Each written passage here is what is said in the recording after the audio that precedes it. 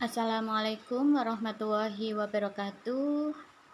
Halo, nama saya Lia Rizky dari SMA N2 Mbae Kudus.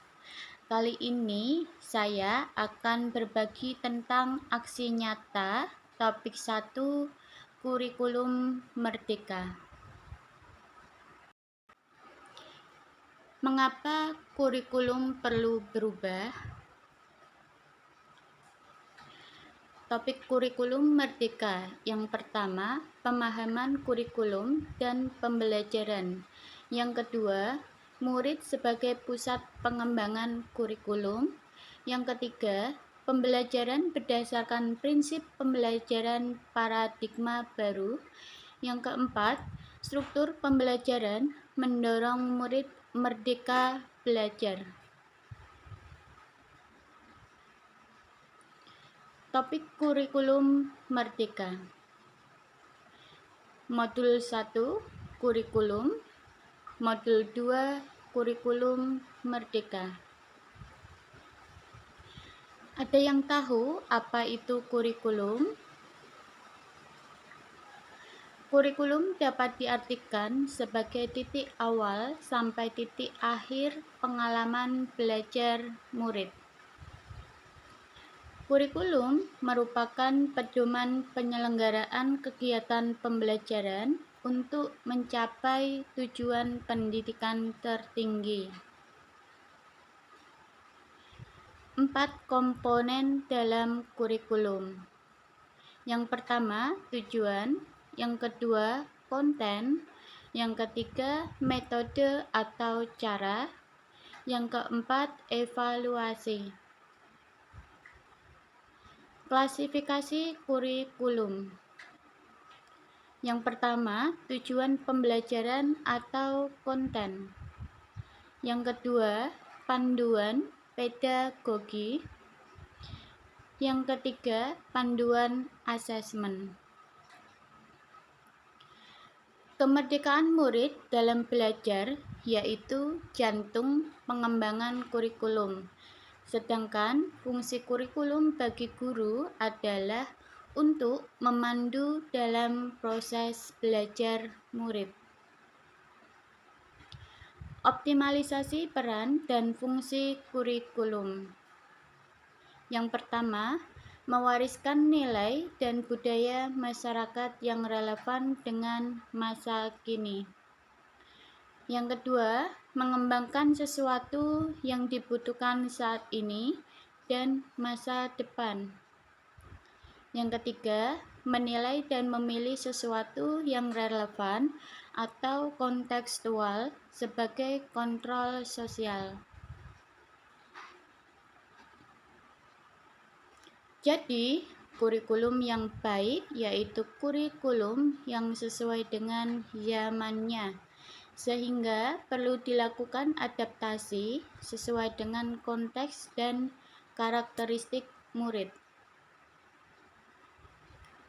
Siklus pembelajaran inquiry menekankan pada rasa ingin tahu sebagai dorongan belajar.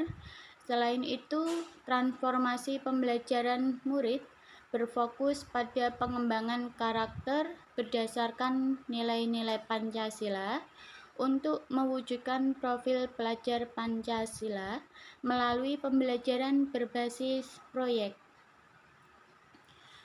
Ada rasa ingin tahu, kemudian mencari tahu, kemudian memilah, kemudian membuat koneksi, kemudian mengambil makna, kemudian aksi atau tindakan.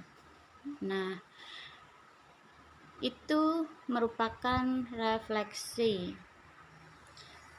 Isu kekinian, perubahan iklim global, teknologi digital, industri multinasional. Menurut Satuan Pendidikan, menyiapkan kurikulum yang membantu murid menghadapi dunia yang penuh tantangan. Maksud pendidikan adalah menuntun segala kodrat yang ada pada anak-anak agar mereka dapat mencapai keselamatan dan kebahagiaan yang setinggi-tingginya baik sebagai manusia maupun anggota masyarakat. Menurut Bapak Ki Hajar Dewantara, yang menyiratkan perlunya peran orang tua, masyarakat, dan sekolah dalam mewujudkan kurikulum yang berpihak pada murid adalah sebagai 3 pilar pendidikan. Konteks satuan pendidikan yang beragam membuat banyak hal tidak mudah diimplementasikan di dalam kelas. Sehingga kurikulum yang ditetapkan secara nasional perlu diadaptasi di tingkat satuan pendidikan. Kerangka dasar kurikulum. Yang pertama, tujuan pendidikan nasional. Yang kedua, profil pelajar Pancasila. Yang ketiga, struktur kurikulum. Yang keempat, prinsip pembelajaran dan asesmen. Yang kelima, capaian pembelajaran. Kurikulum sifatnya dinamis. Kurikulum dapat mengikuti perubahan zaman dan kebutuhan satuan pendidikan. Setiap sekolah mempunyai kewenangan untuk mengatur alur tujuan pembelajaran, modul ajar, media ajar, sampai ke asesmennya. Komponen operasional satuan pendidikan. Yang pertama, karakteristik satuan pendidikan. Yang kedua, ada visi, misi, dan tujuan. Yang ketiga, perencanaan pembelajaran meliputi ATP, asesmen, modul ajar, media ajar, dan program prioritas satuan pendidikan. Yang keempat, penegosiasian pembelajaran meliputi muatan kurikulum, beban belajar, dan penguatan profil pelajar Pancasila.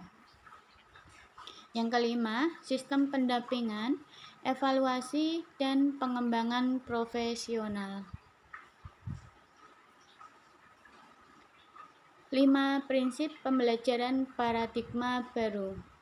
Yang pertama, mempertimbangkan kebutuhan capaian pembelajaran. Yang kedua, membangun kapasitas belajar murid menjadi pembelajaran sepanjang hayat. Yang ketiga, mendukung perkembangan kognitif dan karakter murid. Yang keempat, menyesuaikan konteks kehidupan murid. Yang kelima, mengarah pada masa depan yang berkelanjutan. Terima kasih, semoga bermanfaat. Salam dan bahagia.